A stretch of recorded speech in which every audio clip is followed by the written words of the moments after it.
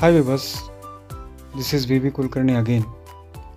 In this video, we are going to continue from where we left. In volume number 5, we solved questions up to 8. In this video, we are going to continue from question number 9. And I hope these videos are helping you a lot to study for your forthcoming CBSE examination. I request you to watch all the volumes and take maximum benefit out of these videos. The probability that in a family of 3 children, there will be at least 2 boys. 3 children के अंदर कम से कम 2 boys होना चाहिए. मान लीजिए first child, second child and third child. All the 3 are boys. All the 3 are girls. 2 boys, 1 girl. Okay? 2 boys and 1 girl. या फिर क्या हो सकता है? 2 girls and 1 boy. और क्या हो सकता है? या फिर पहला बेटा, बीच वाला दूसरी लड़की, और क्या हो सकता है? क्या हो सकता है? GBG हो सकता है. पहली लड़की, दूसरा बेटा, तीसरा, और क्या हो सकता है? BGG यानी पहला बेटा होगा, दूसरे 2 लड़कियां हो सकती हैं. फिर क्या हो सकता है? पहली लड़की, दूसरे 2 बेटे हो सकता है. और क्या हो सकता है? और कुछ नहीं हो सकता है. टोटल प्रोबेबिलिटी कितने हो गए? 8 हो गए. उसमें हमको एटलीस्ट 2 बॉयज. एटलीस्ट 2 बॉयज का मतलब क्या होता है? कम से कम 2 बच्चे, दो लड़के होने चाहिए. 3 लड़के हो तो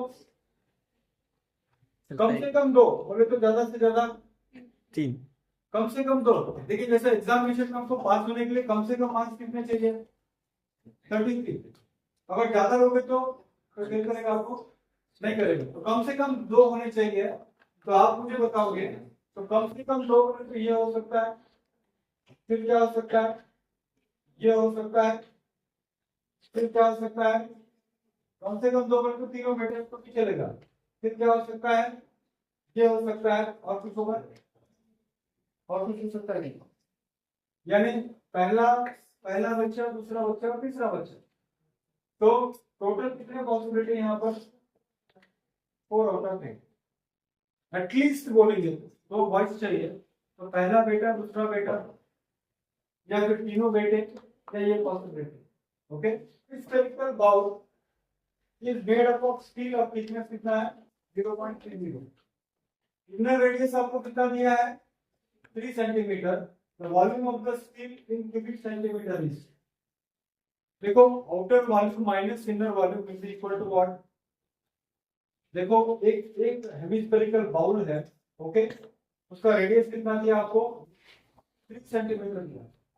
और फिर उसने क्या कर दिया आपको? उसका थिकनेस आपको दिया. थिकनेस कितना दिया आपको? 0.30. यानी इनर रेडियस को अगर मैं स्मॉल आर कहूं और आउटर रेडियस को अगर मैं कैपिटल आर कहूं, तो कैपिटल आर की वैल्यू कितनी होगी? 3.30. राइट. तो outer volume minus volume of inner volume will be equal to what? Volume of steel. What is the formula for volume of this system? 2/3. तो डायरेक्टली एक काम करो आप, 2/3 pi capital R cube minus small r. Directly use करो. वहां लिखते बैठने के लिए हमारे पास टाइम नहीं है. 1 मार्क का क्वेश्चन है. तो आप यहाँ पर क्या कर सकते हो? 2/3 पाई, बच्चों आर कितना है बच्चों? 3.30 का क्यूब माइनस 3 का क्यूब. 3 का क्यूब कितना होता है बच्चों? 27. तो दिस इज 2/3. आप थोड़ा कैलकुलेट करो जरा. 3.30 कितना होता है इसका क्यूब? 3 का क्यूब तो मैं आपको बता सकता हूँ कितना होगा वो? 27.00 जो भी होगा. ओके. 60. देखिए थोड़ा 3.3 को 3.3 इंटू 3.3 इंटू 3.3 करो. देखा मुझे बताओ कितना आता है.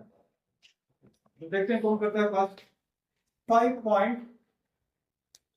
3.3 इंटू 3.3 इंटू 3.3 करोगे तो 35.93 आप चाहिए तो उसके जीरो वगैरह आप उसको माइनस कर सकते हो, 6 पॉइंट्स के बाद जीरो आएगा, जो भी होगा डेसिमल पॉइंट में। हमें मेन इससे मतलब है 30, तो ये होगा 2/3 इंटू 2/3 पाई मल्टीप्लाइड बाय, अब ये 35 माइनस ये 93 में ऐसे ही रख देता हूँ इसको यहाँ पर, 35 माइनस 27 कितना होगा बच्चों, 8 होगा। तो अप्रोक्सीमेटली आंसर आप यहाँ पर ला सकते हो। तो इसको अगर आप करोगे तो देखो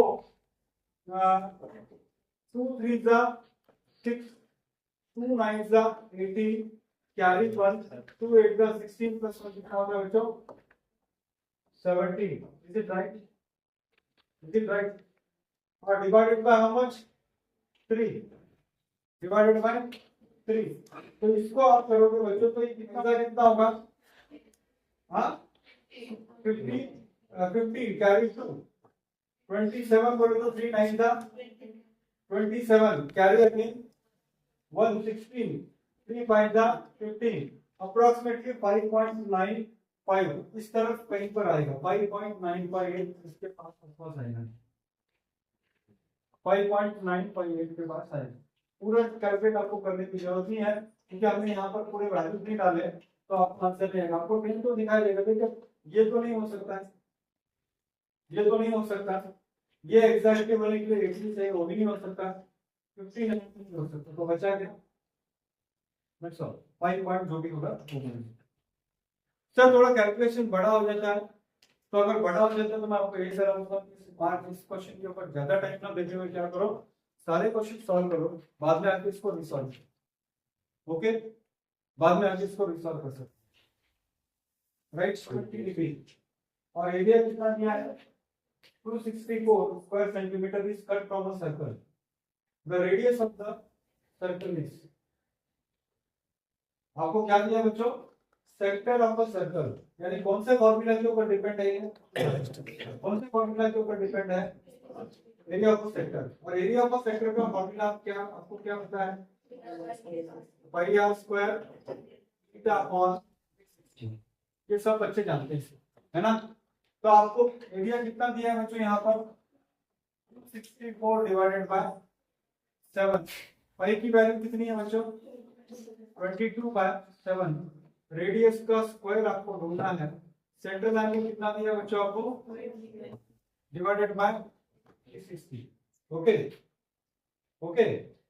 अभी देखो इसको कैसे सिंपल कर सकते हैं हम, ज्यादा इसको सिंपल एक काम करो बच्चों, देखो ये अगर मैं 7 इस तरफ लेके चला जाऊं तो ये डिवाइडेड बाय होगा, होगा नहीं होगा, तो 7/264 होगा, वो सब मत करते बैठो आप, डायरेक्टली आप इस 7 को क्या कर सकते हो, कैंसिल कर सकते हो, ओके। और मुझे गारंटी है कि ये डिवाइड होगा, यूजुअली नंबर ऐसे देते हैं कि वो डिवाइड होने वाला नंबर देना है। लास्ट 2 को किससे मल्टीप्लाई करोगे तो 4 आएगा, 2 को किससे, लास्ट में 2 आना चाहिए। देखो मैं काम करता हूँ, 22 1 22, 22 1 22, कैरी कितना होगा बच्चों, 4, 22 2 ठीक है ना। और देखो दिस 0 कैंसल्स विद दिस 0, 12 1 12, 12 3 12 3 36। तो डायरेक्टली आप कौन से स्पेस पे आ गए, 12 is equal to R square divided by 3, और इसको क्रॉस मल्टीप्लाई करोगे तो कितना होगा, R square is equal to 36, यानी आर इज इक्वल टू कितना आएगा बच्चों, आर कितना आएगा, 6 आएगा। If cosecant theta is √10, then find the value of secant theta. Secant theta कितना दिया बच्चों आपको यहाँ पर, √10 दिया है, तो बच्चों देखिए sin थीटा कितना होगा,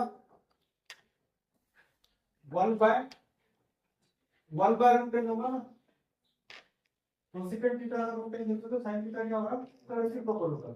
आप जानते हो बच्चों sin स्क्वायर थीटा आपको चाहिए, sin square theta plus cos square theta कितना होता है, sin square theta plus cos square theta कितना होता है, 1 होता है। तो sin थीटा आपको पता है कितना है, 1/√10, और 1/√10 का स्क्वायर करो तो मैं कितना होगा, 1/10 इक्वल टू व्हाट, और मैं इसको यहाँ ट्रांसपोज कर दूं तो 1 माइनस 1/10, और 1 माइनस 1/10 कितना होता है? 1 माइनस 1/10 कितना होगा बच्चों? 1 माइनस 1/10 यानी 10 माइनस 1/10 एलसीएम वैल्यू तो 10 होगा ना, ये कितना होगा? 9/10। ये cos स्क्वायर थीटा है बच्चों, cos थीटा नहीं है। तो cos स्क्वायर थीटा अगर है तो cos थीटा के लिए आप क्या करोगे? Square root of 9/10 that is equal to what? 3/10। और ये cos थीटा आपको नहीं पूछा, पूछा क्या आपको? tan theta. tan पे क्या करोगे? रेसिप्रोकल आपको करना है, रेसिप्रोकल आपको करना है। सर एग्जाम में इतने सारे स्टेप करने हैं क्या?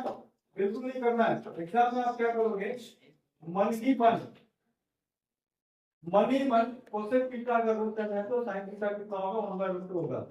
और डायरेक्टली फॉर्मूला लिखो ये वाला, cos square theta is equal to what? Exam में डायरेक्ट फॉर्मूला क्या लिखोगे तुम? cos square theta is equal to 1 minus what? sin square theta.